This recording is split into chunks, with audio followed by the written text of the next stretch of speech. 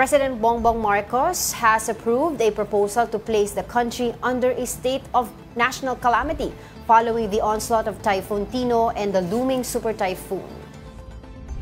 For updates, we have Malacanang Beat Mobile Journal Julie Baiza on the line. Julie, go ahead.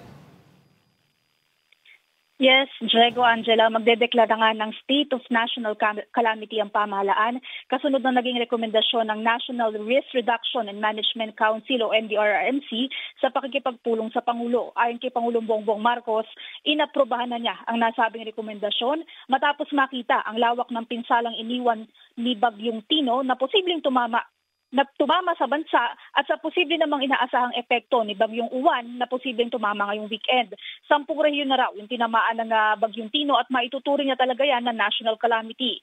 Ngayon dahil sa deklarasyon naman ng national calamity, mas magkakaroon na ng mabilis na access sa pondo para sa emergency. Pangalawa, mas mabilis din ang magiging procurement o pagbili ng mga supplies, maging mas madali na daw at hindi na kakailanganing dumaan pa sa bureaucratic process. Diego, Angela, pagkatapos ng meeting, humarap na ang Pangulo at nagbigay ng pahayag. Ang sinasabi niya, bukod dito sa paghahanda or bukod dito sa pagtulong sa Bagyong Tino, binabalansin na rin nila kung paano yung magiging deployment ng mga authorities at ng mga first responders natin. Kailangan daw kasi na wala naman doon sa mga napinsalang lugar lang yung mga responders natin, kundi maipwesto na rin sila bilang paghahanda naman kay Bagyong Uwan. Okay. Yes, Julie, kasi under the national state of calamity, no, ang may access dito sa pondo is the national government. Now, we also have yung mga individual LGUs that have, like Cebu, declared a national state of calamity and they have access to their own funds. So, ano mangyayari dito with this national state of calamity? Are the LGUs still encouraged na magkanya-kanyang sa state of calamity sa area nila or ito na ang prevailing order? Sa local na pagdedeklara kasi ng mga national emergency or calamity sa kanya-kanyang lugar, may access na rin sila mabilis doon sa quick response fund ng mismong LGU or ng provincial government.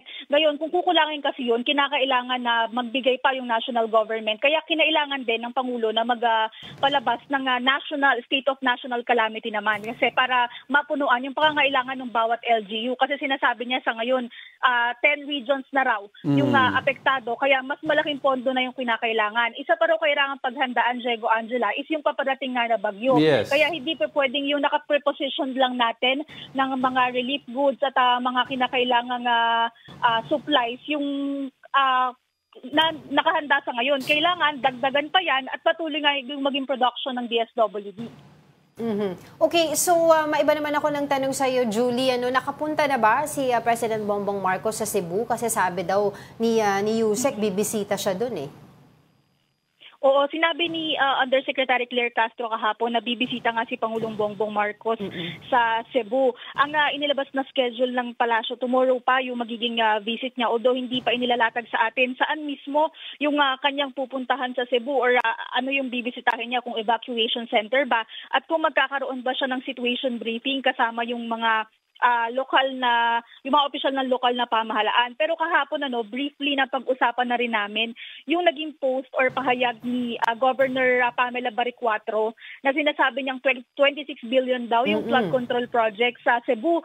Pero bakit lubog sa baha yung lalawigan? Ang sabi ni Castro, yan nga daw yung dahilan kung bakit si Pangulong Bongbong Marcos nag-initiate ng investigasyon para makita at mapanagot kung sino yung mga nagkulang dito sa flood control projects. Pero ang dapat daw tingnan, hindi lang naman yung flood control projects ng administrasyon, kundi nung nagdaang administrasyon. Kasi meron na daw, if I'm not mistaken, more than 400 or 300 na flood control projects from 2016 to 2022. So dapat daw gumagana na yung mga yun ngayon.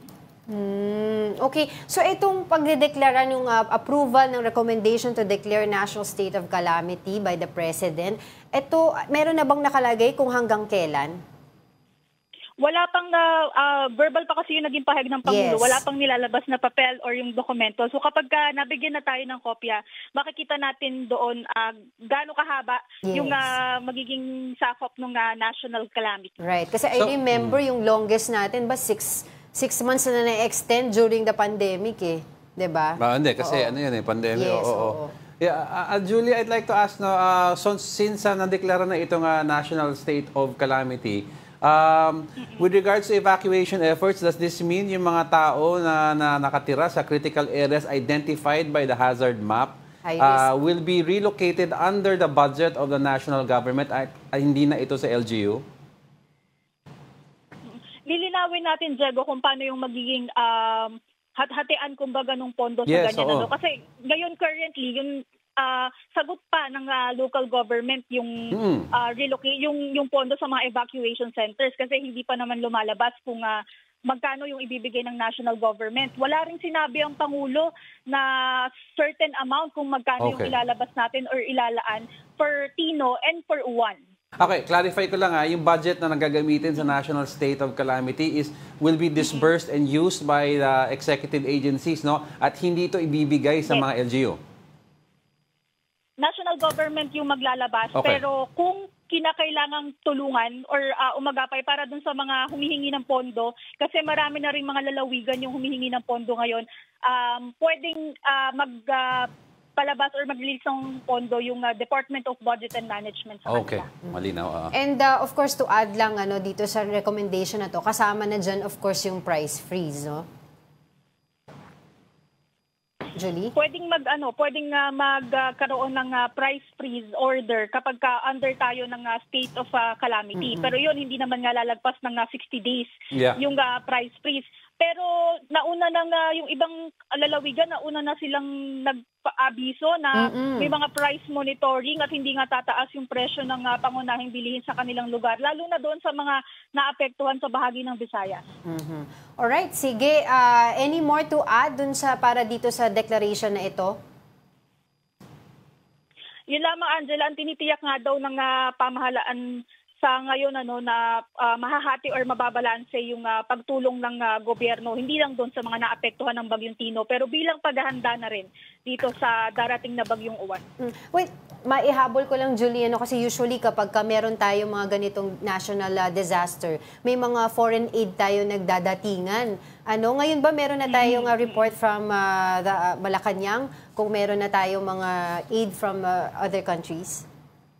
Wala pang iniulat yung palasyo sa atin. Kahapon ang inilatag lang ni Yusek Castro kung ano lang yung ginagawa ng pamahalaan, yung DOH at saka yung DSWD. Pero walang humanitarian aid from any international agencies o yung ibang bansa din na nagpapadala nga sa atin. Pero kung mas maiuulat siguro yung mas malaking pinsala, karaniwan naman nagpapadala yung mga ally countries natin.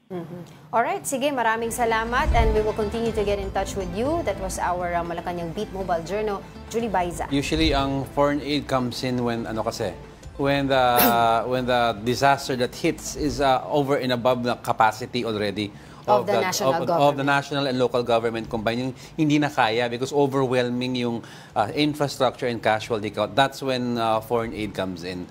Pero pag it's within the capacity of the local and national government, usually meron ng standby fund for that.